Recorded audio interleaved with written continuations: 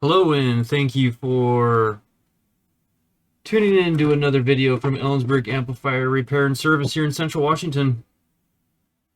My name's Todd, and what we have here is a Taramps Smart5 amplifier for today.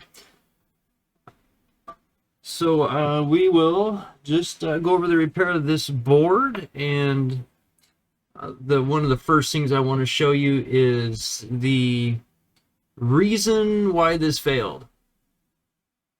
So this particular amp failed from a short, surprisingly,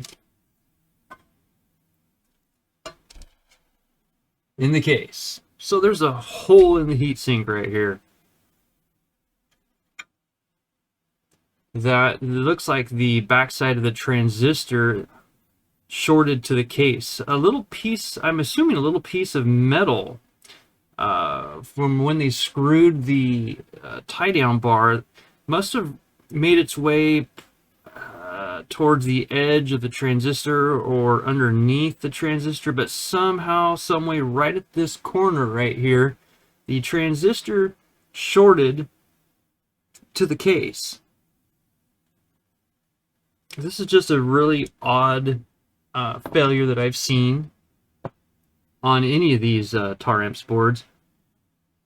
I'm not sure if you can see very well, but over here there's another burn mark at the power supply, but there's no indications of a failure at the power supply. So I'm thinking that burn mark probably came from the factory. I'm just honestly not quite sure where that mark came from, because I don't see it on the board. So let me get the board up here.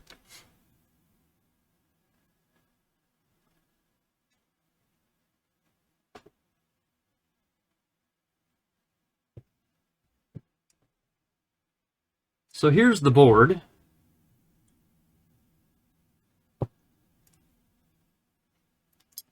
And I noticed this failure as soon as I flipped the board over. I went back and looked at the heatsink again for a little double take, because the backside of this transistor right on this edge here is missing. So it, for somehow, some reason, some way, that that transistor shorted to the case of the amplifier, which of course means that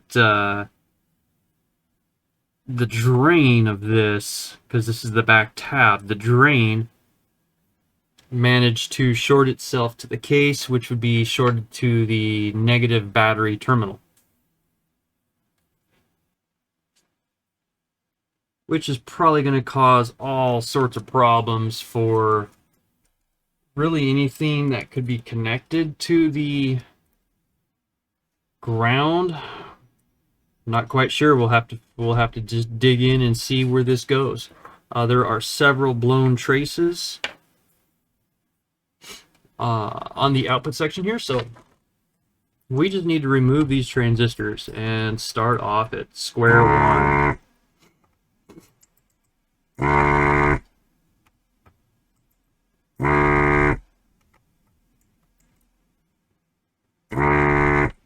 And as you guys will see, I do have links down below for items that I use here. As requested, some links or descriptions of the items that I use. It is an Amazon affiliate program, so if you guys do make any purchases through my links, it does help me out a little bit. And as usual, I always do thank you guys for the channel support.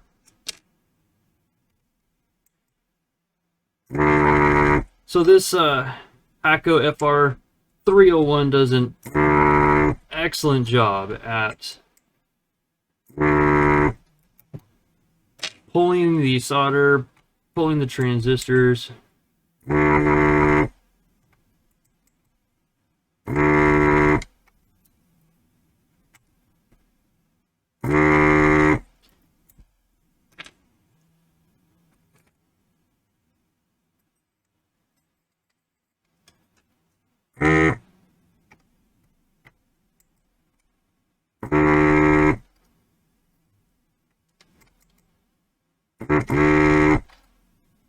do suspect that we are going to have multiple component failures here just by the way this failed.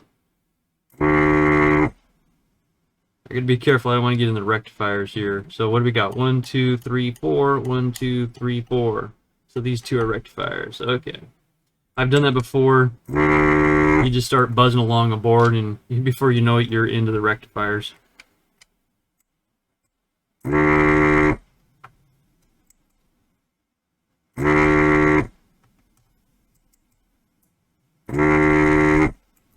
There, output transistors are now removed. So one of the first things I will check as soon as I remove transistors is I will check the resistance between the gate drain source, particularly the gate and source, because that will tell me if I have shorted Zehners, shorted drivers, shorted anything down the path, which of course we do. So 11 ohms, this one here, this pad is 0.7 ohms. It's gonna have a shorted Zener. Yep. Then of course you're gonna have gate resistors. That's gonna be part of the equation here. 1.1 ohms, and these gate values of these, I'm bad at memorizing things, so I really don't memorize much. So these are 10 ohm gate resistors. So if you measure anything in that 10 ohm range,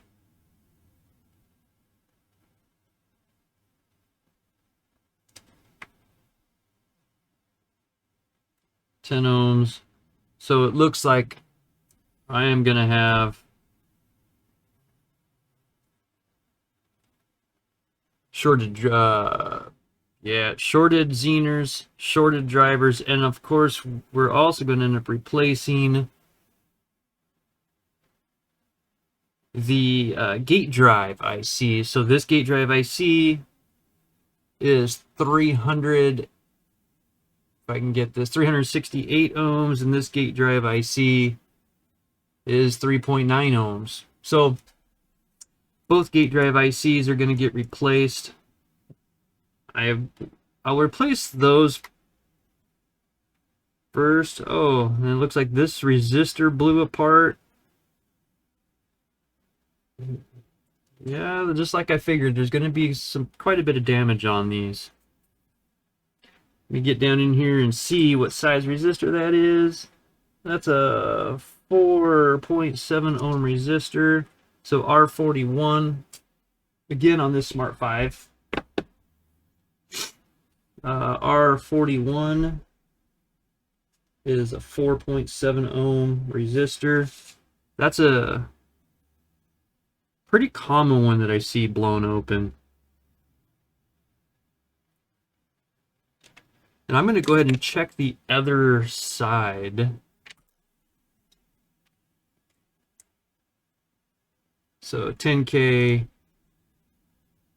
10K, 10K. So the other side is looking just fine. So 10K, just like we should be reading. That 10K that you're reading, there's the 10K pull down for the gate drive.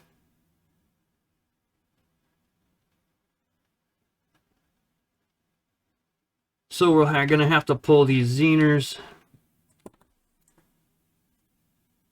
and just start our disassembly. And we got multiple blown traces on the top. So I got 1, 2, 3 blown traces on the top that we'll have to repair also. So, you know, just a typical standard failure.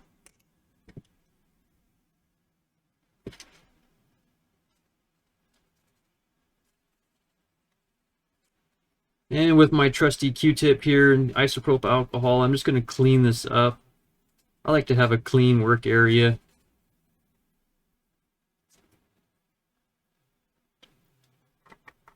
That way I can just see better what I'm doing.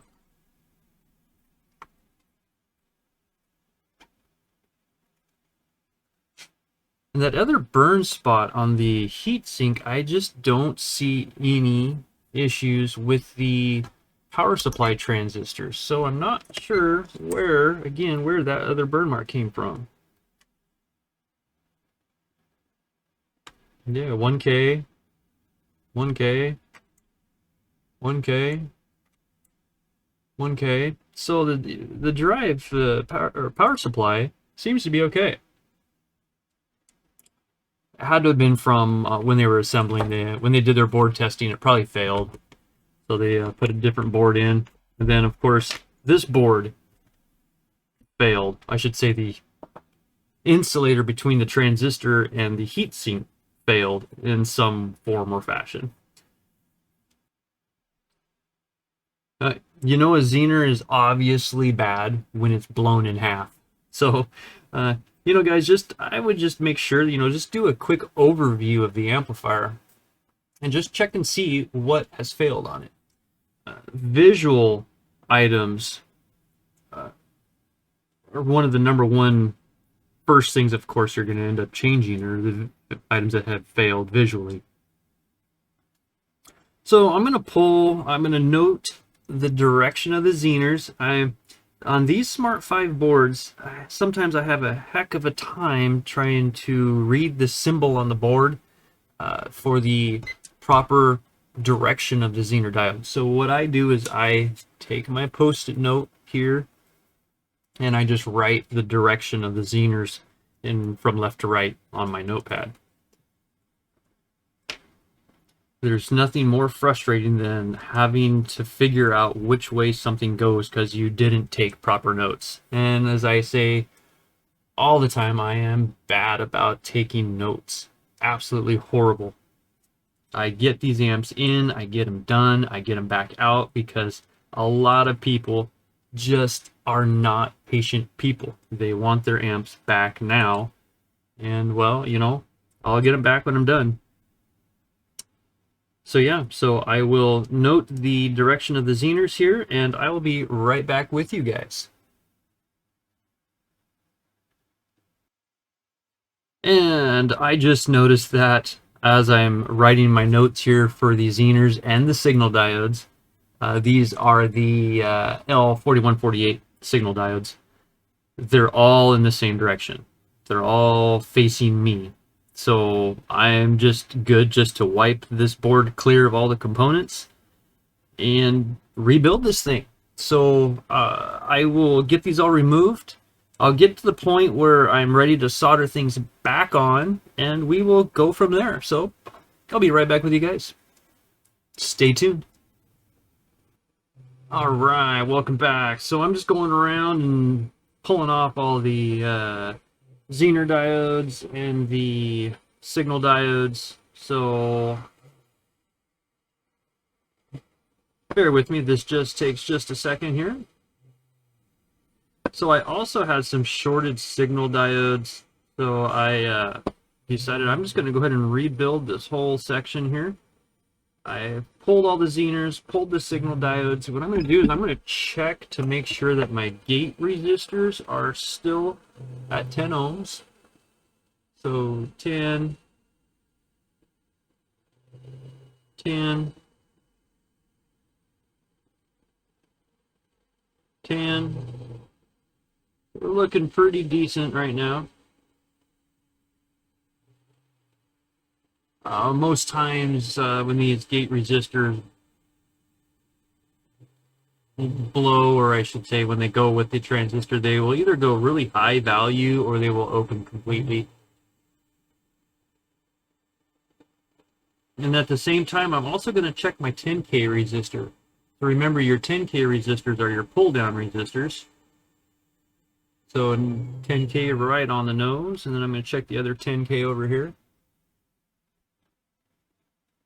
10K right on the nose. Oh, and so you guys probably have seen my other video link at the top here about the new Uni-T UT161D meter that I have in. It's working flawlessly, but I'm just going to throw a real quick little review in for you guys about this meter that I don't like. It's great. Oh, sorry, upside down. I love Unity. I love their gear. They're pretty robust. They're durable. They do the job well, and they have every function you could ever want.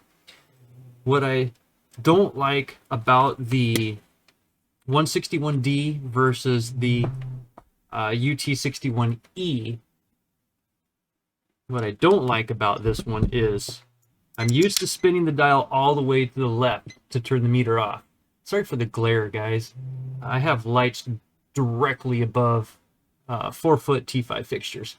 What I don't like is all the way left that I'm used to doing with the UT61E turns it off. Well, this one goes into this, what is, I don't even know what this is. Low Z voltage AC. Don't know what that is. Why? Because I just have no clue what that is. I don't use it. So I have to go up one click to turn the thing off. It's kind of irritating when I go all the way left to turn this one off, and I have to go left and up one click to turn this one off.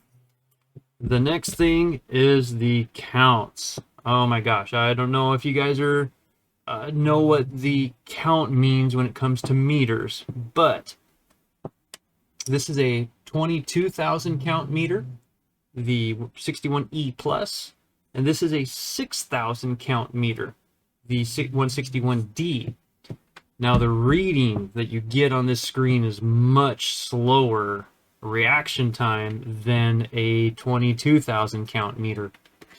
So you gotta be a little bit more patient with the 161D when you're getting your readings. So those are the two main things I dislike about the 161D. All the way left doesn't turn you off. You got to go up one more click. And the count is a 6,000 count meter. So if you're used to a 22,000 count meter, you're going to just despise a 6,000 count meter. So that's my input for you. That's my unofficial review of a Unity 161D meter. Still a great meter. But I've been thinking if I'm able to, if they use the same chipset, I may be able to modify it to a different count. I'm not sure if you can do that with these Unity meters.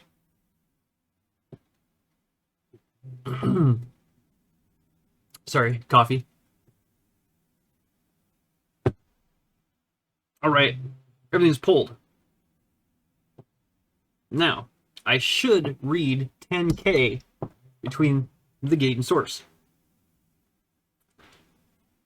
because of the 10K pull-down resistor.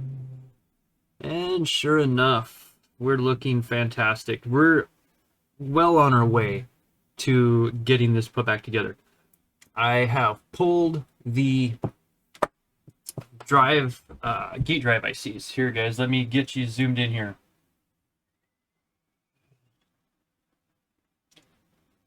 Let me get you zoomed in. Maybe. Do I have the right camera for this one? I'm not quite sure if I do.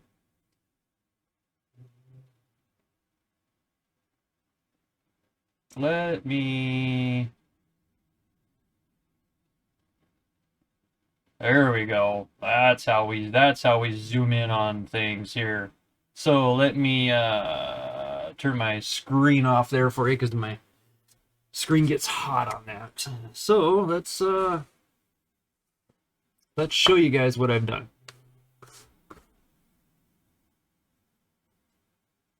Okay, so I have already, oh, that 161D, I got to go one click up. So that 161D meter, again, like it, but I don't like it. All right, so the gate drive IC. So this guy right here I've removed, and this guy right here I've removed. And just as a little visual representation of just how small these things are that you guys will have to solder back into place, there's the tip of my finger. And there's the gate drive IC. So that's, and this is a fairly decent sized component. But that's what we work with on these amplifiers. And both those were shorted. I was reading 360 ohms on one, and what was the other one? Almost 4 ohms on the other. So they were quite out of value.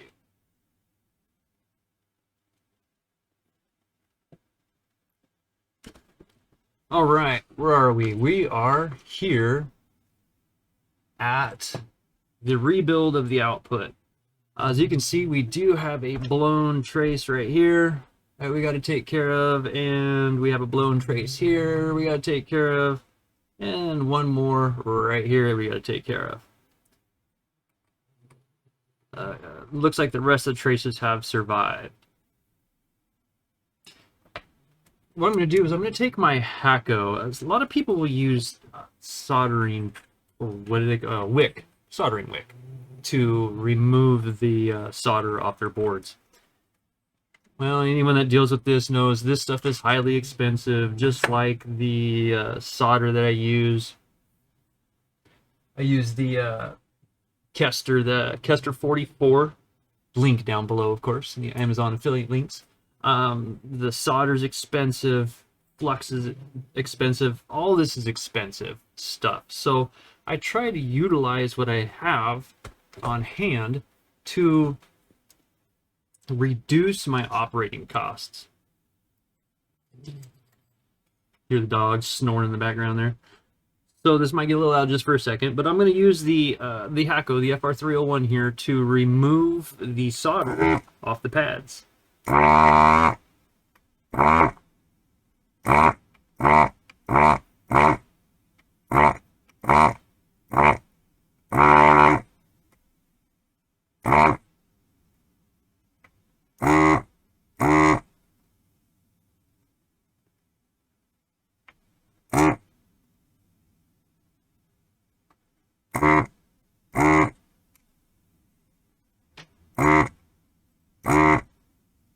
And this just really helps put things back into place. A flat surface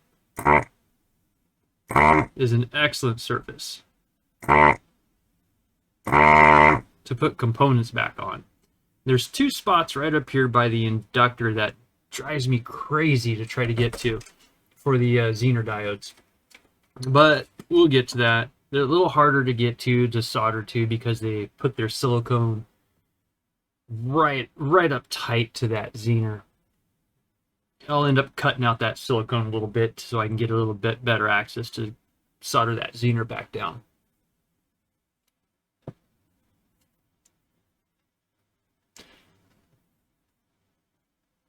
So I'm going to grab the Zener diodes and the signal diodes. So I got the signal diodes really close right here.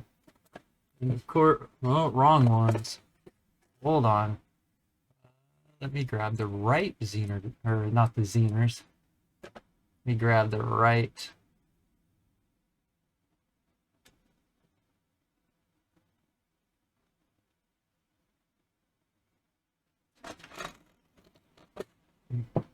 Let me grab the right diodes, maybe, if I can manage to find my... Too many trays of parts. All right, so diodes, lots of them.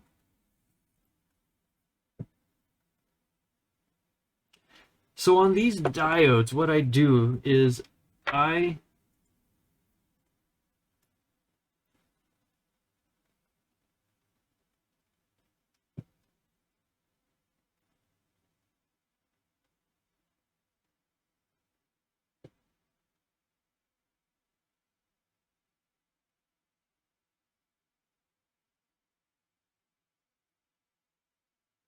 try not to forget which pads are the Zeners and which ones are the signal diodes. Now remember, your signal diodes are across your gates.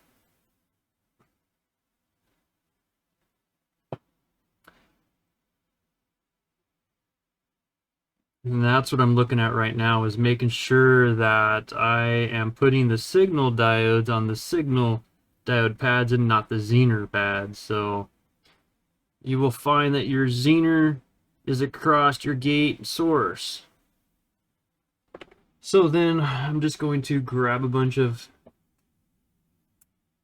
signal diodes here. And as I had noted earlier, they're all in the same direction. And I'm just going to set them right into my flux.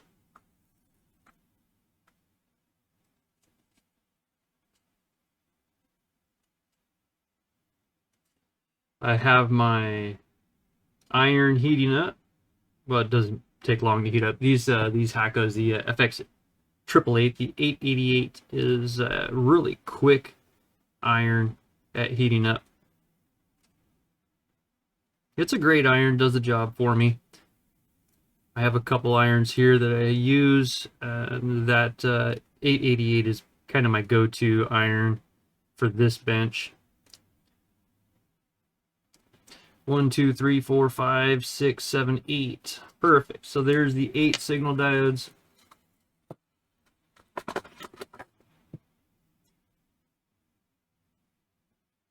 And I'm going to grab the iron and we're going to go ahead and tack the one side of the diode. I'm going to go ahead and tack it down to the pad.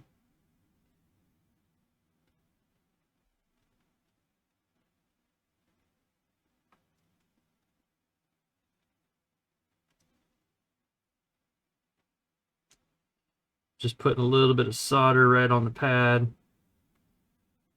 Because then what I'm going to do is I'm going to pull that diode back into the solder.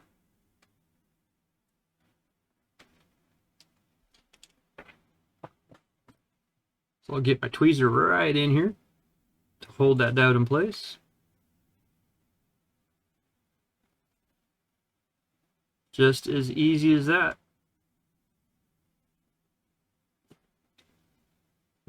And of course with me, I'm very meticulous with my work, so I like my diode straight. Now I'm going to have to kind of reach around the camera here, sorry guys.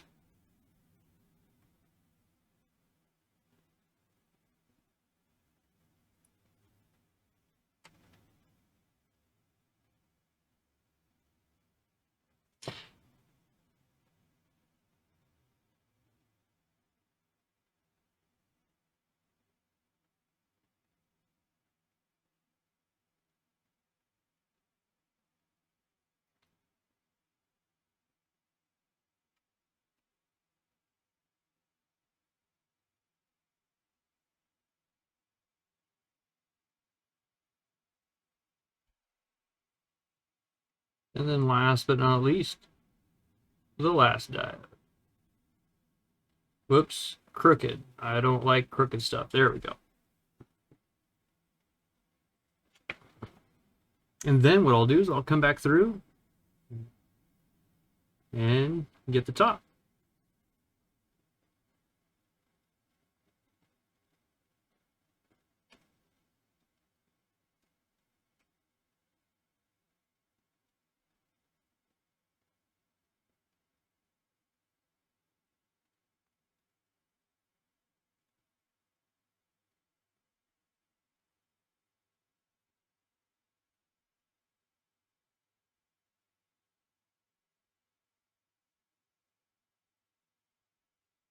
There, the signal diodes are now done. So let me get prepared for the Zener diodes, and we will continue on from there. All right, so I got the Zener diodes here. 15-volt Zeners.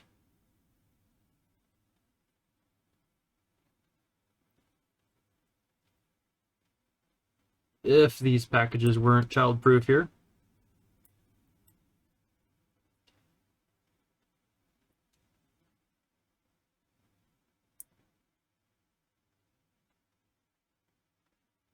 Thank you, Taramps, for sending me child-proof packages.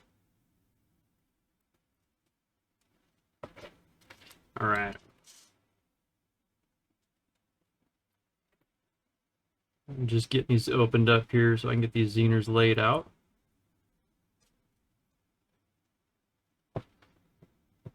And it's going to be the same process for the Zener diodes. There's a little bit more thermal mass where the Zener diodes go, so it takes a little bit more to get this part done.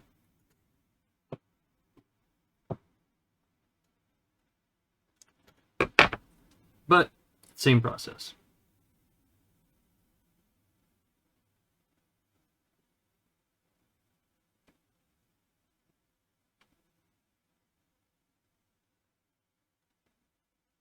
And if anyone's wondering why I do just the one pad, it's because remember that the other side of the Zener diode is connected to a very large trace. So it's relatively hard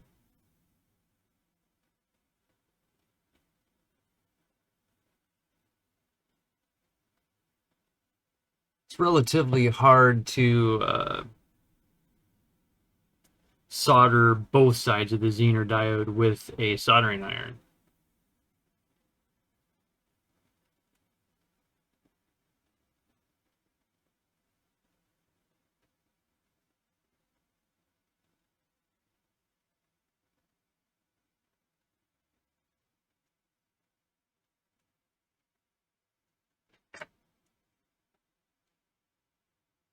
So I'll grab my Zener diode and I will put it in place.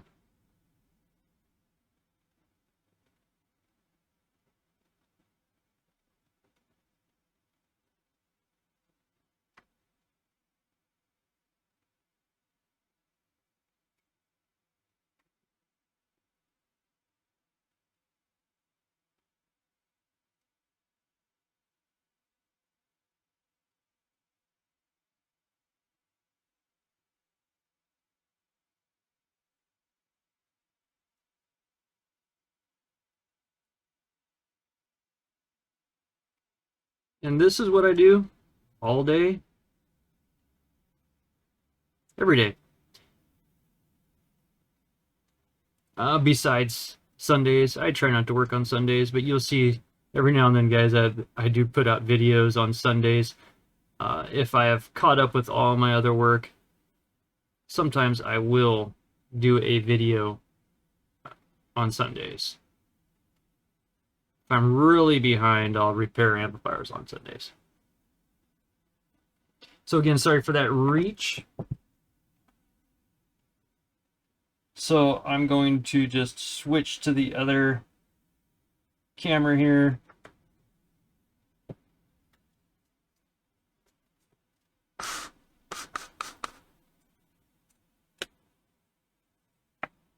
So you guys can have a little bit wider view besides my big hand in the way.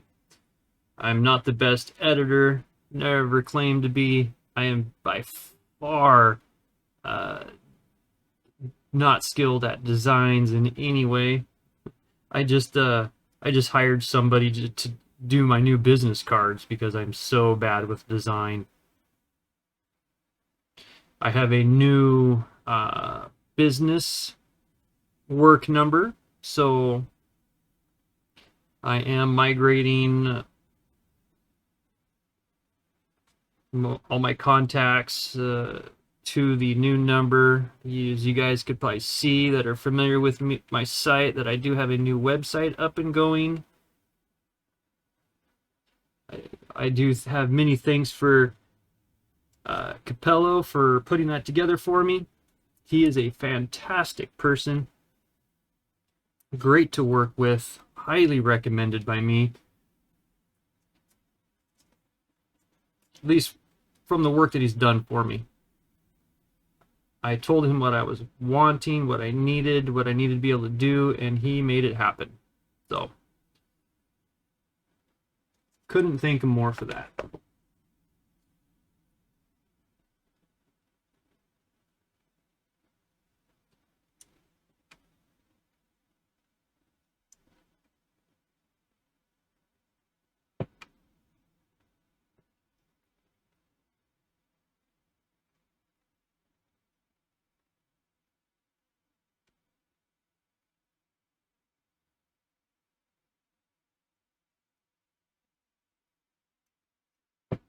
Couldn't thank him enough.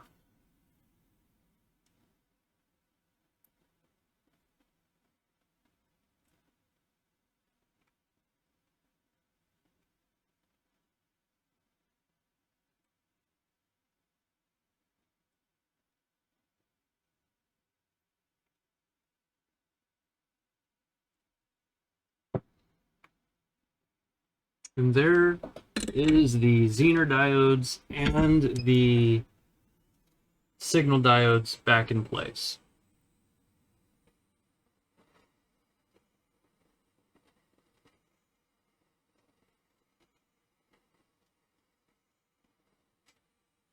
Now remember how I was saying there's a lot of thermal mass.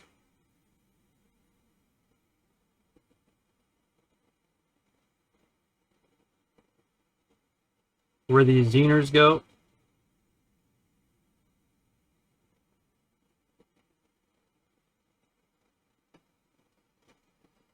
What I'm going to do is just heat up that area of high thermal mass.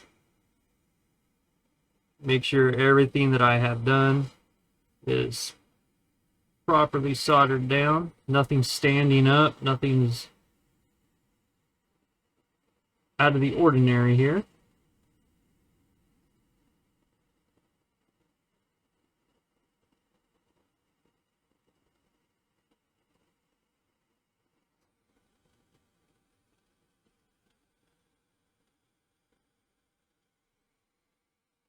And of course, making sure nothing's crooked. Now that I've got all the diodes in place,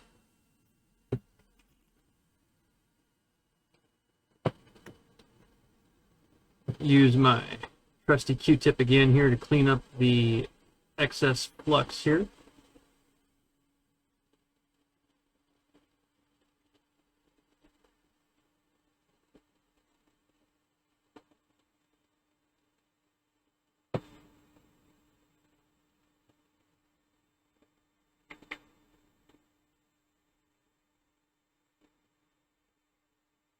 And then we will test with the meter how we're looking for the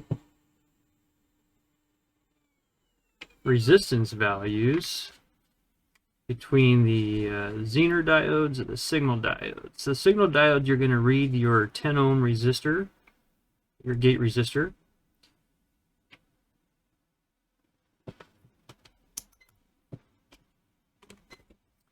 All right, the meter here for you. And let's see what we got. 10K, there it is. So that's going to be the gate and source, just like we should read. If you had a shorted Zener, of course, again, you would read something other than your 10K.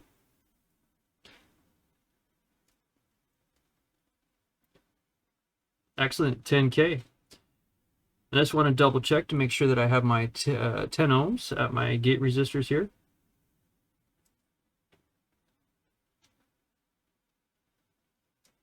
Ohms on the nose. These 1% resistors are usually spot on. 9.9 ohms.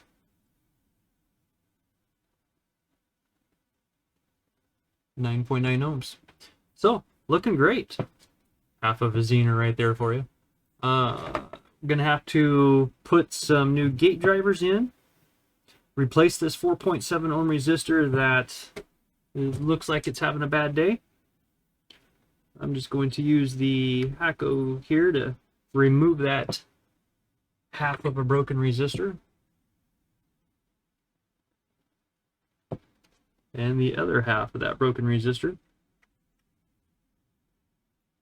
And then again, I'm going to use the Hacko to clean the pad.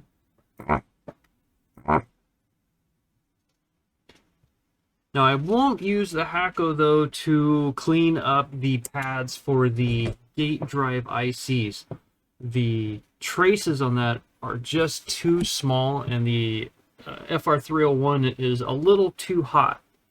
You don't want to damage those traces. You'll pick up that pad and you'll actually shift it around a little bit, and it makes it a real bear to solder back together and glue back down.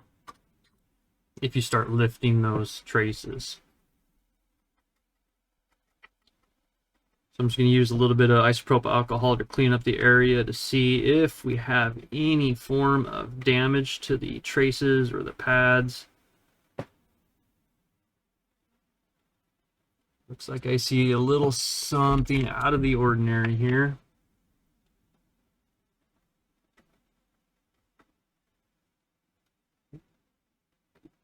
It got hot, but I don't believe that it damaged the pad itself. So I'm just going to use a little bit of flux here. That'll help clean the pad areas. And I will use my solder braid on this section to clean this up.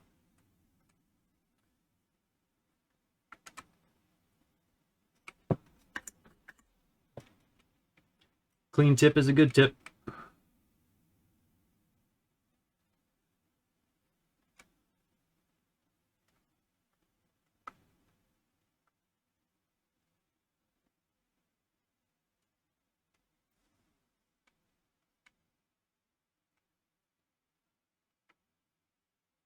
Looks good. Those pads look good.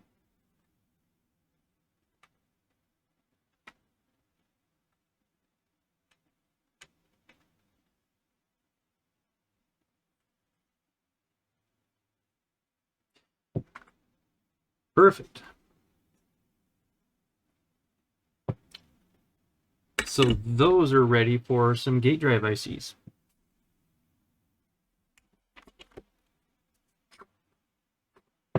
Clean that flux off. As you guys can see, I'm not bashful with the flux.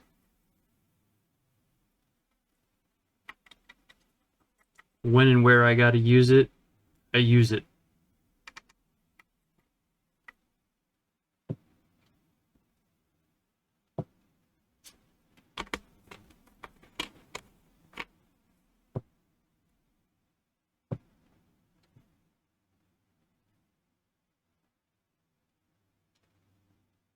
Huh. I just noticed that the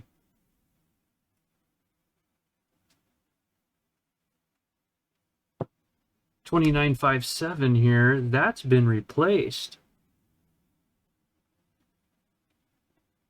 That does not have factory soldering on it. Yeah, so that was not there when it got flow soldered. This has been worked on before, I think. Or probably originally the board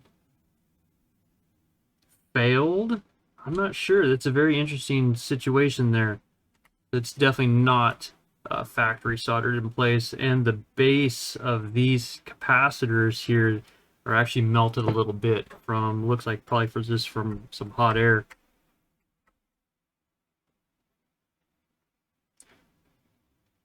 Huh. Interesting. Just another typical Smart5.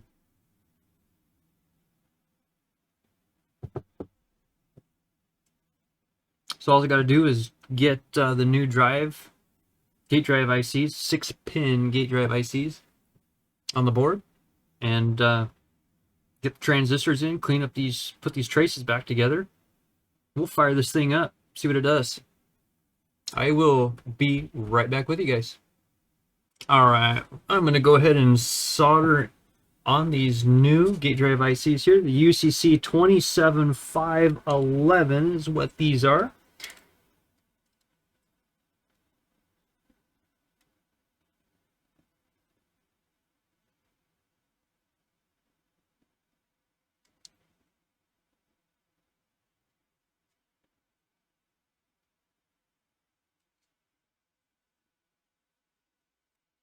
And of course, paying attention to the right direction of the transistor to make sure you don't put it in backwards.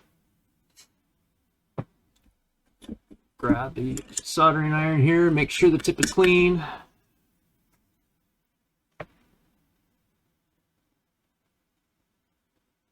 I'm going to put just a little bit of solder on the end of the soldering iron.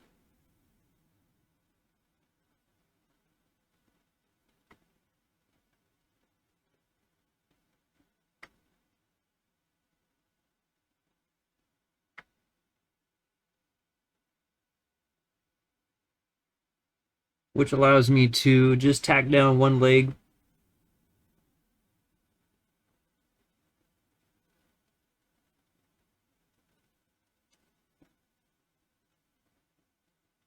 course, so I can make sure that it's straight.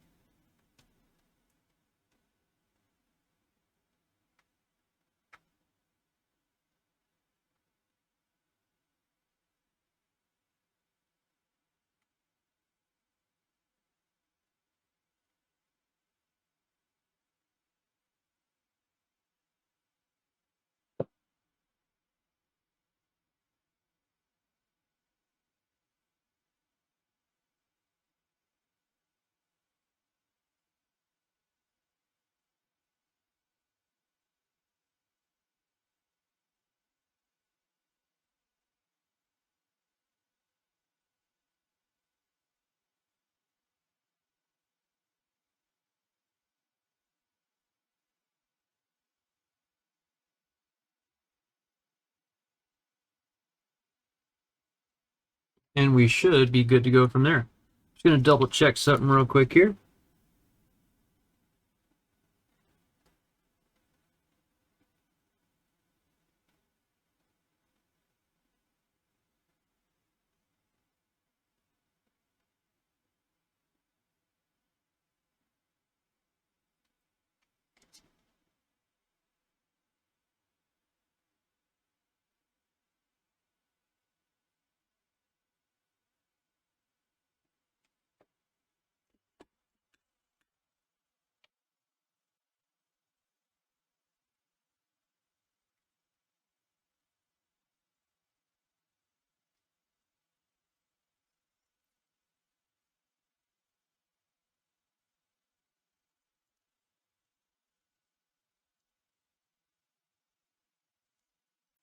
And then I just have to grab a 4.7 ohm resistor and replace that resistor that was blown in half.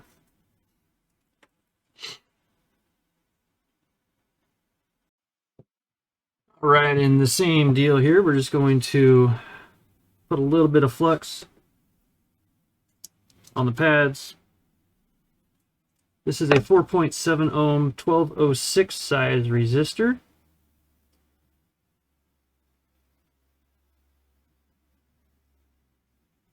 Place it in the flux and then grab the iron.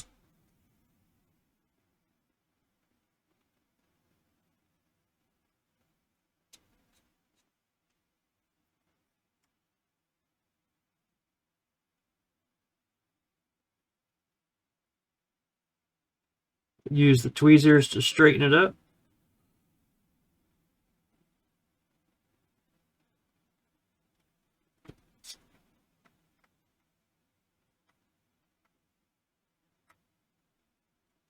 And finish soldering it in place.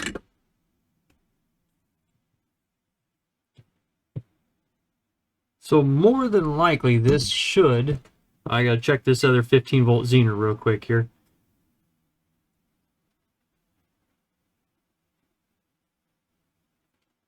$40K, looking great. And just to verify that, you can go over to the good side and you will see we are also 40K. So that Zener, so we're actually 43.24, 43.24 and 42, 42.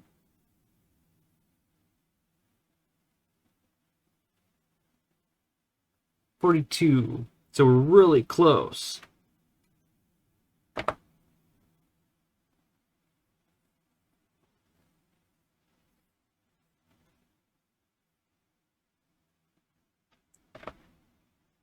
So I'm thinking from here, we should be good. Just double checking all the other components around me. We should be good to put the transistors back in and repair these traces. I don't see any other areas of damage here.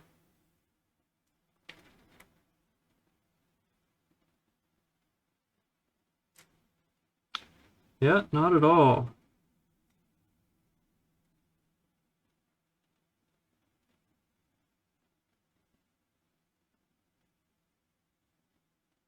I'm just making sure that the 2957 is still okay. Right, these are the 2957. IRS 29957. I also want to make sure you give the guys the right information here. I don't have these memorized, but I do believe these use the 2957. Yes, they do. All right. So from here, we'll get some transistors put in here. We'll fix up these traces. We'll bump some power into it. So I'll be right back with you again. All right, here we go again. Back with the transistors. We got here the IRFB 4127s to go in place. And it is labeled on the board here, IRFB 4127 PBF. PBF stands for lead-free, if you guys are ever wondering what PBF stands for. So I kind of have my own little way of doing these transistors. With these Brazilian boards, these Brazilian heatsink style amplifiers, the transistor is up off the board just slightly. So what I'll do is I will slide the legs of the transistor in, and I will just slightly bend the legs in increments, and I'll feel how much of that leg is sticking out of the board. It's just a small little bit, probably what is that, 1/8 of an inch of the transistor leg sticking out of the bottom. And then the transistor itself, as long as it's right at the edge of the board, up off the board, should fall right back into the heatsink quite well.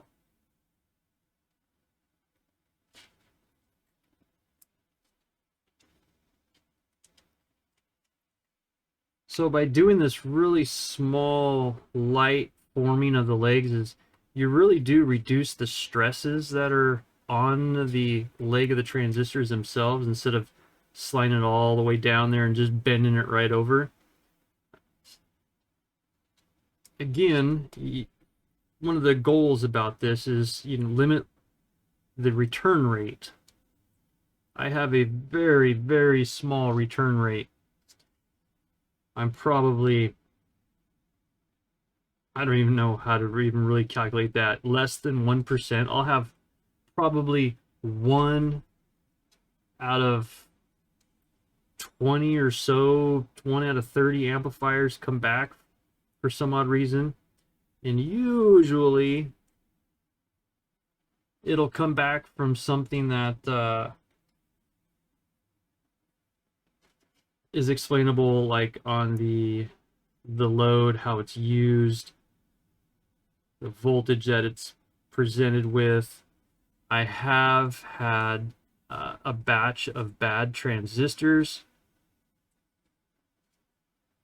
that I had to deal with, but I found it relatively quick, so it didn't affect very many people. Probably 2 at the most. Otherwise, as long as you stay meticulous with your work, understand the possible failure points, you usually can repair a board to a point where you'll hopefully never see it again. Now, of course, I do a lot of work for competition people where they drive these amplifiers just extremely hard in the dirt. So I warranty all the work that I do, that I perform, unless the amplifier is driven lower than the manufacturer recommended load. So if your amplifier is rated at 1 ohm and you're driving it at 0.33, well, don't be asking me to warranty the transistors in it, because I won't. Of course, we have the some dishonest people out here in this world that'll say, nope, I didn't drive it at 0.33. Or even less than that. They'll just they'll say what they have to say to get you to warranty the board. But I have repaired many amplifiers, and I can pretty much tell you pretty quick of how a board failed or why it failed. There are some, you know, fluke mishaps, but very rare. Very rare do I have an amplifier come back because of something that I did. I'm not, saying this to toot my own horn and say I'm the best, but being meticulous with your work highly reduces your return rate. I watch how the solder flows. I watch the surface area of the solder. I make sure it gets all the way into the vias. It's a burnt trace there I gotta fix. And I don't use parts that are questionable. I always verify my parts. Even from the suppliers that I feel comfortable with, I will still test their parts.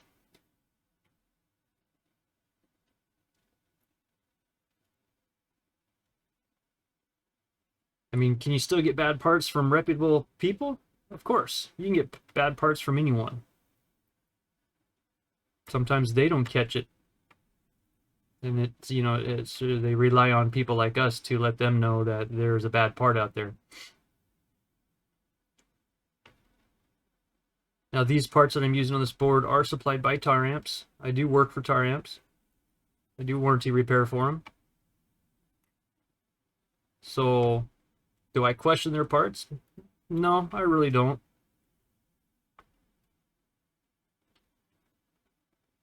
But have I questioned some of their parts that were used in the past? Yes. Particularly the 8K amplifiers.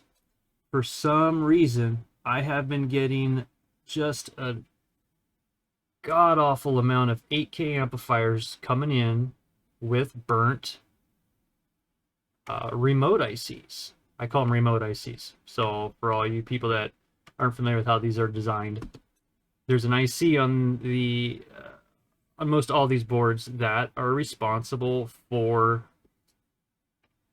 pretty much watching your remote. So when you hit the remote on your stereo, sends power to the amplifier. Well, this IC is responsible for supplying voltage to the rest of the control voltage to the rest of the amplifier. And a lot of these 8Ks, I see these ICs coming in, and the IC has got a hole in it. And I have yet to figure out why these ICs are failing the way they are. So then I'm just going to chip off some of this flux here. Again, going back to the meticulous work. Otherwise, you're just going to use a lot of Q-tips or your toothbrush. I've had comments, it's been a while, but about using a toothbrush for my cleaning.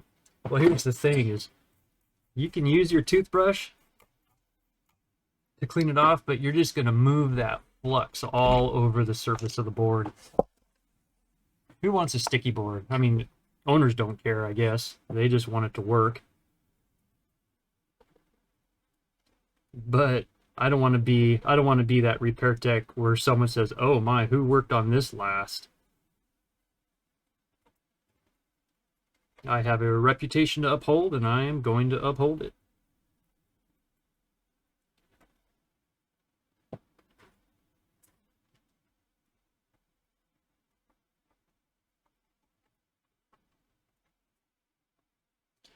Yep, I'm just a little old company here in Central Washington that repairs amplifiers for the Pacific Northwest. Well, for anyone in the country. I get amplifiers from all around the country, Alaska and Hawaii.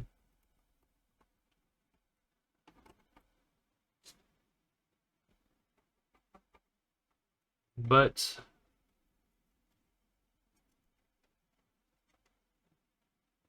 getting to be well known in the audio community as a quick turnaround, high quality repair. So, and that's what I strive to have. There's that Uni-T meter telling you the meter's on. My my 61E used to do that, but it no longer does that. So I don't know if it's a function or something that is in the meter that I've changed. I'm not sure. All right, so now we just got some traces to fix here. Overall, we're looking pretty decent.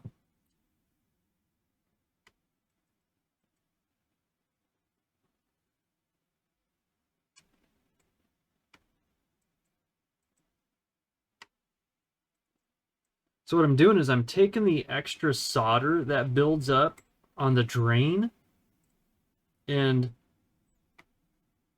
reinforcing the trace itself, because that's kind of like a weak point on some of these boards is the trace. I have a video out that I think it's on a 12K where it says, are these fuses? Well, they sure act like fuses, because these traces will blow right open. So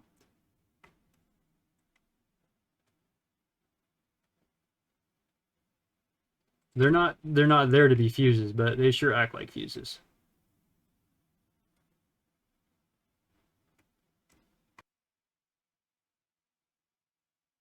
Perfect. That's what we call perfect. So these are all repaired. Traces are repaired.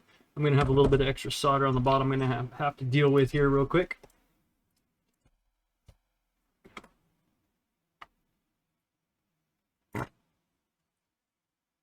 Just a quick little tap with the Haco FR301 there. Flip it back over. Double check everything. Transistor is probably a little toasty. Nah, not bad at all. Everything looks solid and secure. And I'm going to clean it up, of course. You know me, always cleaning. If there's one item that cost-wise I don't care, well, there's actually two items I don't really care cost-wise, is isopropyl alcohol and Q-tips. That's just a given necessity in any really board repair. Why use Q-tips? Control. Isopropyl alcohol is a good all-around flux cleaner, remover. I use it to take the warranty stickers off the back of the amplifiers. Isopropyl alcohol just has its places in many ways in board repair. Great for cleaning switches and contacts.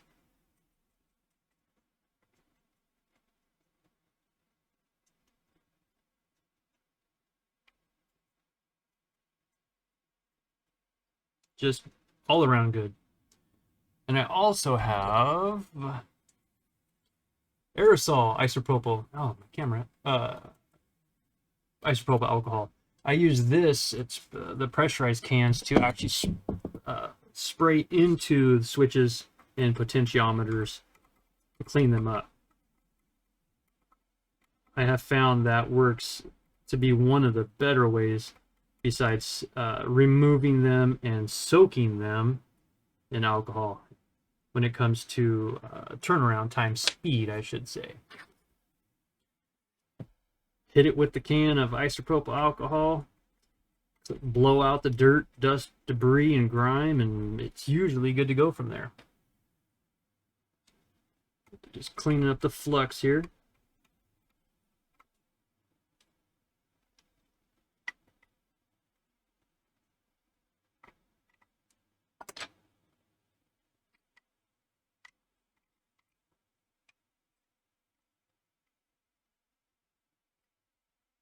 I'm going to do some quick checks measurement-wise here. The resistance values. Excuse me. You guys know I don't like to use diode mode very often. Diode mode just shows me the forward voltage drop. I mean, really, diode mode doesn't tell me a lot if I'm not dealing specifically with a diode. I can usually tell you between the difference between a silicone diode, a Zener diode, a Schottky diode from those readings, but I don't use those readings for anything else. I use resistance, 10K, 10K, 10K. You know that something's wrong if you do not read 10K between the gate and source. 10K all the way across, and you can always verify that with the other side.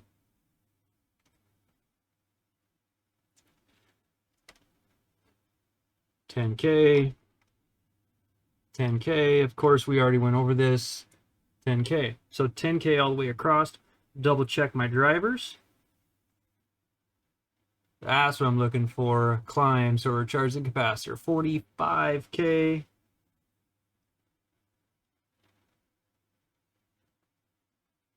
$10K. So we're looking good here.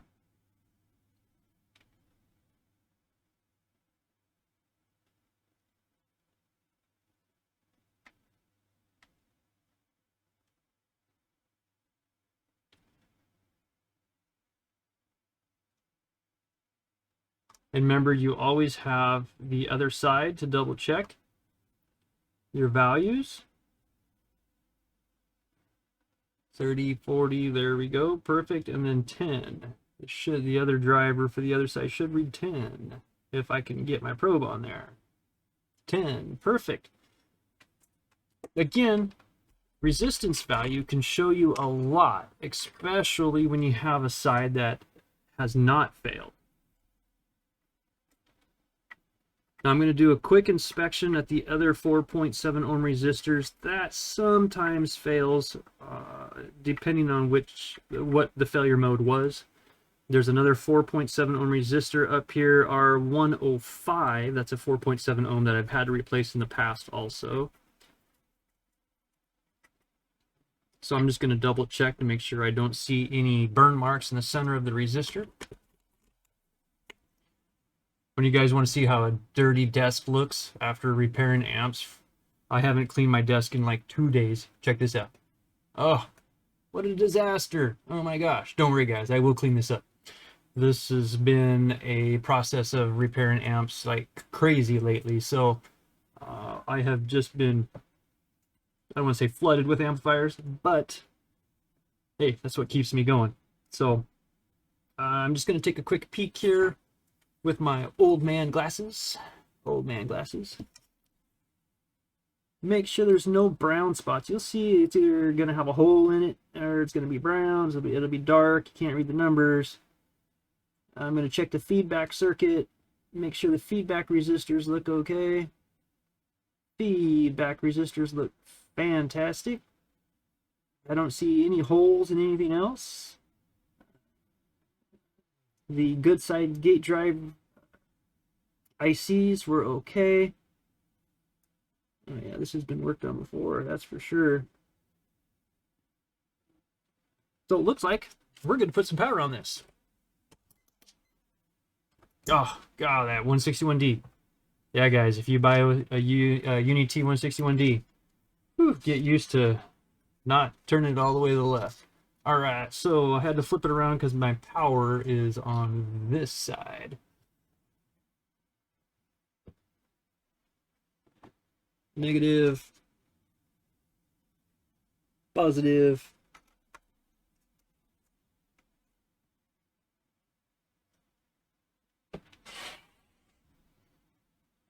and then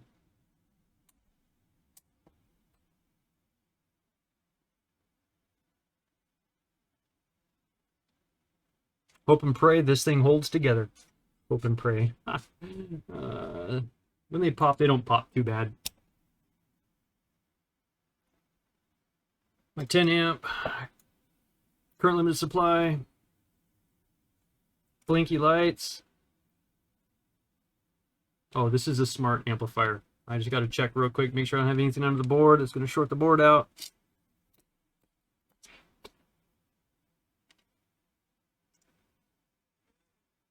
All right. Remote circuit works because the fans kicked on for a brief second. Let me put my board insulator underneath. I'll use a little foam insulator underneath to help raise the center of that board up in case there's something on the bottom that's going to short out. I've had that happen before. So let's go ahead and see what it does.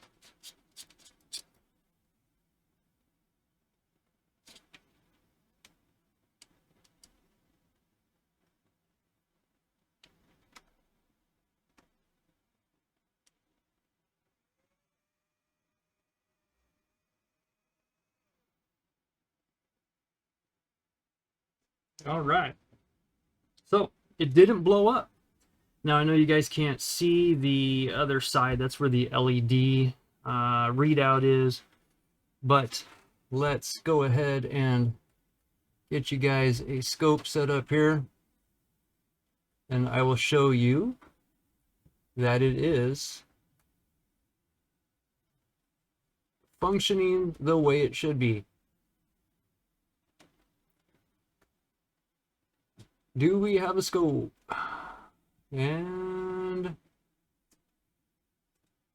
oh, we don't have a scope because I don't have that set up for the new camera. Oh my goodness gracious. Okay, hold on guys. Hold on. Never fear. Never fear. I can get you a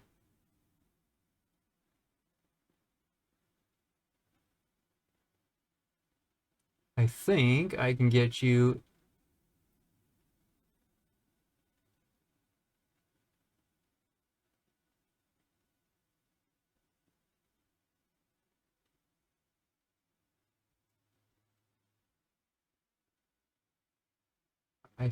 I can get you maybe.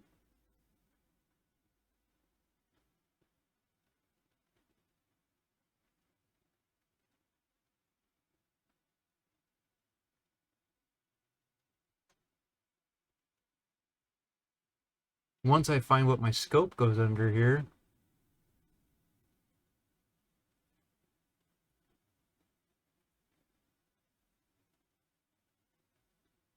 Bear with me.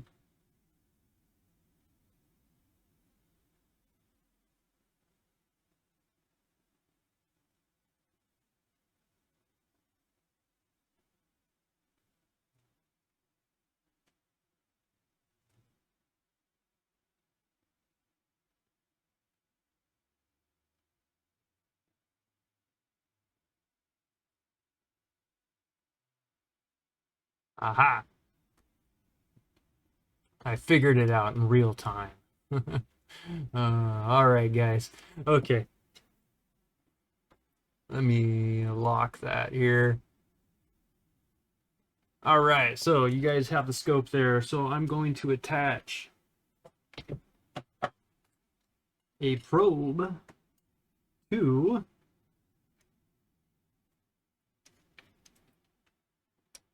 I'm going to go to the high side drive of the side that we repaired. All right. Get my settings here. And we should be able to fire this up. And you should see it on the scope.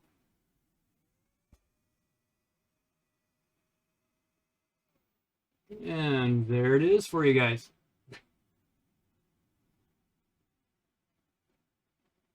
There's the drive. So as you can see, the signal is nice and clean. There's no abnormalities in that drive. And that's what we need to see, is no abnormalities. You'll see a nasty, it'll be just fuzzy, squiggly, there'll be spikes here and there. That's what you don't want. So that is, in essence, a roundabout way of repairing an amplifier. So this again is the Taramps Smart5 amplifier that we have rebuilt. The output section, which consisted of replacing the IFB, the 4127s, the Zener diodes, the gate signal diodes, the gate drive ICs, which are the UCC 27511 ICs, and of course this uses the IRS 20957.